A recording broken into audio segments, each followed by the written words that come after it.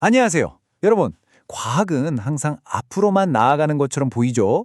어제보다 오늘이, 오늘보다 내일이 더 발전하는 것처럼요. 근데 정말 그럴까요?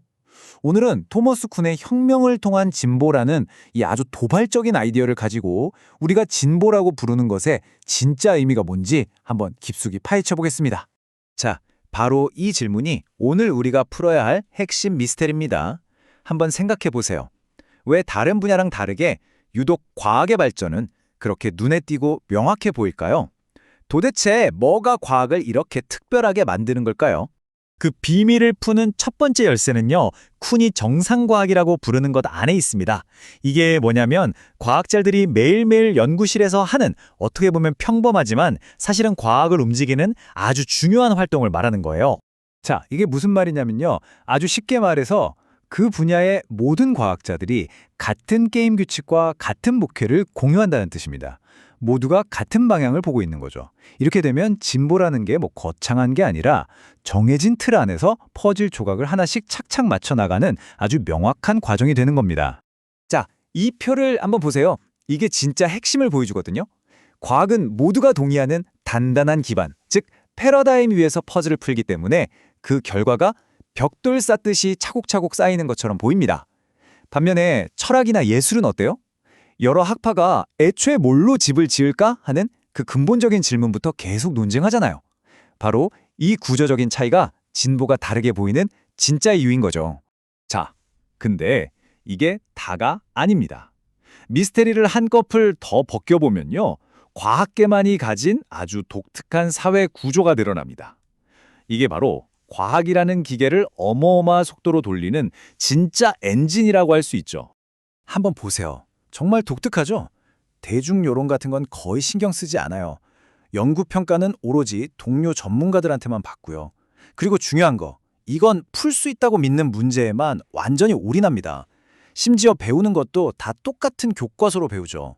그러니까 다른 생각할 틈이 없는 거예요. 다 같이 한 방향으로만 파고드는 겁니다. 엄청난 집중력이죠. 네, 그러니까 핵심은 바로 이거예요. 바깥 세상의 시끄러운 논쟁들로부터 완전히 차단된 채로 아주 좁고 깊은 문제에만 미친 듯이 집중할 수 있다는 거. 이게 바로 주어진 패러다임 안에서 문제 해결, 즉 발견의 속도를 말도 안 되게 끌어올리는 비결인 셈입니다. 자, 여기까지 들으면 과학의 진보는 그냥 이렇게 착착 진행되는구나 싶죠? 근데 진짜 큰 질문이 여기서 나옵니다. 바로 과학혁명의 순간이에요. 기존의 이론이 통째로 무너지고 세상이 뒤집히는 이 격변의 순간을 과연 우리는 진보라고 부를 수 있을까요? 토머스 쿤은 이렇게 말했습니다. 와, 이거 정말 뼈아픈 지적 아닌가요? 우리가 앞으로 나아간다고 생각하는 바로 그 순간에 사실은 뭔가를 잃어버리고 있을 수도 있다는 거잖아요. 그렇다면 우리가 그토록 당연하게 믿어온 진보라는 건 대체 정체가 뭘까요? 쿤이 내놓는 첫 번째 대답은 좀 냉소적으로 들릴 수도 있어요. 뭐냐면 진보라는 건 사실 싸움에서 이긴 사람들이 쓰는 역사책 같은 거라는 거죠. 자신들의 새로운 이론이 마치 처음부터 정해진 운명이었던 것처럼 보이게 만들려고 과거의 역사를 재구성한다는 겁니다. 근데 정말 그게 다일까요? 진보라는 게 그냥 승자의 기록일 뿐일까요? 아니요. 쿤의 생각은 여기서 끝나지 않습니다. 훨씬 더 깊고 구조적인 이유가 있어요. 혁명이라는 그 대혼란 속에서도 왜 과학은 결국 진보의 길을 걸을 수밖에 없는지 그 진짜 이유를 한번 들어보시죠. 새로운 패러다임이 인정받으려면요. 이 두 가지 아주 까다로운 관문을 통과해야만 합니다. 첫째, 그냥 새로운 게 아니라 기존 이론이 쩔쩔매던 모두가 저거 진짜 문제야 라고 인정하는 그 난제를 시원하게 풀어줘야 해요. 그리고 둘째, 더 중요한데요. 옛날 이론이 잘 풀었던 문제들은 거의 그대로 다 풀 수 있어야 합니다. 기존의 장점은 싹 흡수해야 한다는 거죠.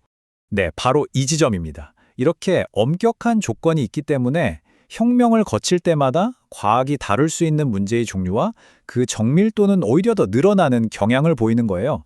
이게 바로 승자의 이야기 그 이면에 숨겨진 진보의 진짜 구조적인 메커니즘입니다.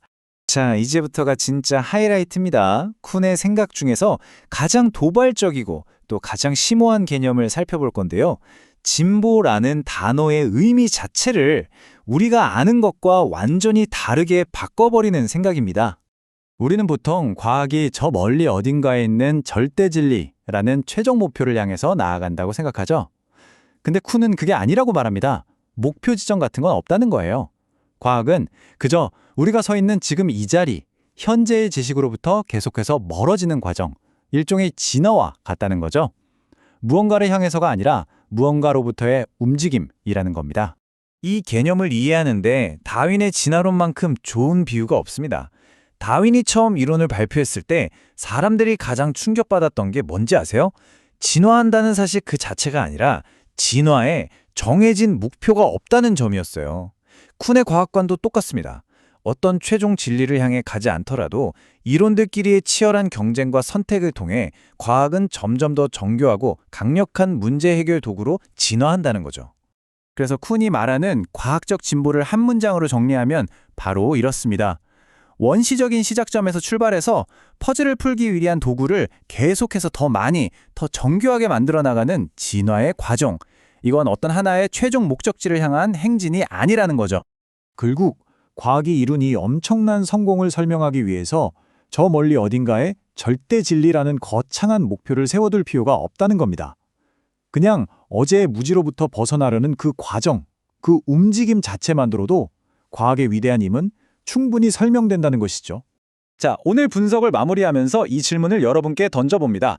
만약 쿤의 말대로 과학이 최종 진리를 향한 여정이 아니라면 지금 우리가 진리라고 믿고 있는 이 모든 지식들은 대체 뭘까요?